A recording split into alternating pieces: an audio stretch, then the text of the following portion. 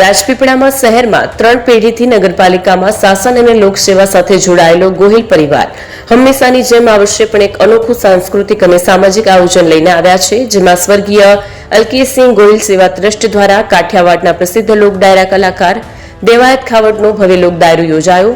લોક ડાયરામાં સંસ્કૃતિ, સંગીત અને સમાજ પ્રતિ પ્રતિબદ્ધતા સાથે યુવાનોમાં વ્યસન મુક્તિનો પ્રેરક સંદેશો આપવામાં આવ્યો હતો। દેવાયત ખાવડના સુખદ સ્વર, સકારાત્મક વિચારો અને ગ્રામીણ સંગીતના રંગે સમગ્ર સભા મંત્રમુગ્ધ થઈ ગઈ, જેમાં હજારો સંખ્યામાં આવેલ લોક ડાયરો સાંભળ્યો હતો।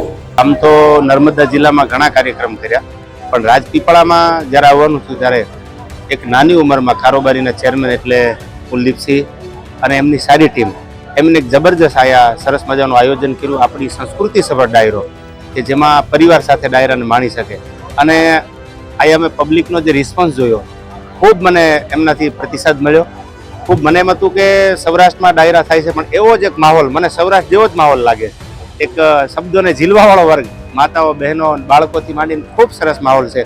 અને આપણી સંસ્કૃતિ સભર, આપણા સનાતન ધર્મની વાત કરવા માટે આવ્યો છું। ખૂબ રાજીપો વ્યક્ત કરું છું કે આવા નવા સારા કાર્યક્રમો એક આવા નાની ઉંમરના આજના યુવાનો આમ તો રાજકીય ક્ષેત્રમાં છે, પણ એક સારા કામો કરતા રહે અને આપણા સનાતન ધર્મને આગળ વધારતા રહે, એ અપેક્ષા સાથે જય શ્રી રામ।